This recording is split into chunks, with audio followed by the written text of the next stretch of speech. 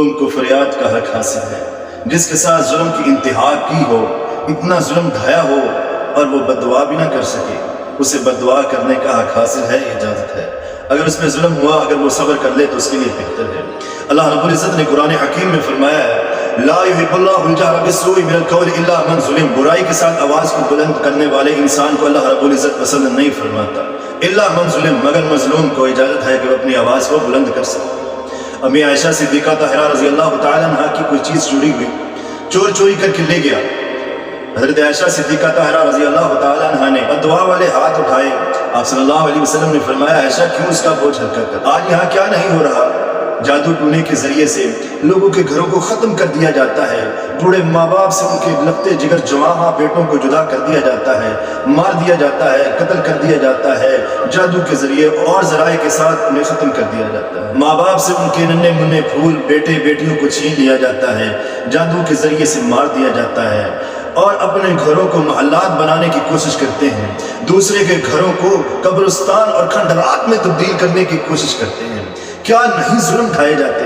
جب کوئی مظلوم بے یار و مددگار جب اپنی ہاتھوں کو اٹھاتا ہے، اپنی جھولی کو جب آسمان والے کے آگے پھیلاتا ہے اور فریاد رکھتا ہے، اپنی آہ ڈالتا ہے، مظلوم کی آہ بھی اللہ رب العزت کی عرش کو جا کے ہلا دیتی ہے۔ تو جب یہ لب ہلاتا ہے، اپنا دکھ اللہ رب العزت کے سامنے رکھتا ہے، تو پھر کہتے ہیں کہ بھائی بد دعا نہ کرو۔ آپ صلی اللہ علیہ وسلم کے پاس ایک شخص آیا، آ کر کے کہنے لگا اللہ کے نبی میرا پڑوسی ہے، مجھے بڑا تنگ کرتا ہے، میری زندگی اجیرن کر دی ہے، میری دنیا جہنم بنا کر کے رکھ دی۔ حالانکہ یہ ہوتا ہے رسول اللہ صلی اللہ علیہ وسلم کی حدیث ہے المسلم من سلم المسلمون من لسانہ و یدہ، کہ مسلمان وہ ہے کہ جس کے ہاتھ سے زبان سے دوسرا مسلمان محفوظ ہو۔ آپ صلی اللہ علیہ وسلم نے فرمایا میرے صحابی ایسا کر اپنے گھر کا سارا ساز و سامان اٹھا اور باہر لا کے رکھا۔ اس صحابی نے ایسا ہی کیا، اپنے گھر کا سارا ساز و سامان اٹھایا اور باہر لا کے رکھ دیا۔ اب جو کوئی آتا جاتا ہوا گزرتا ہوا اسے پوچھے کہ بھائی کیا ہو گیا ہے، گھر میں سب خیریت ہے نا، کیوں اپنے گھر کا سارا ساز و سامان اٹھا کے باہر لا کے رکھ دیا؟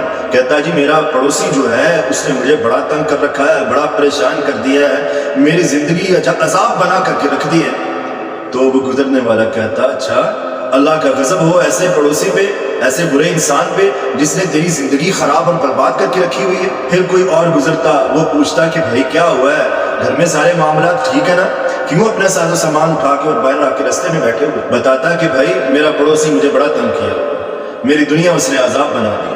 گزرنے والا کہتا اچھا اللہ کی مار پڑے اسے، غضب ہو اس پہ اللہ کا، تباہ و برباد ہو، نیست و نابود ہو، اتنا برا پڑوسی تجھے ملا؟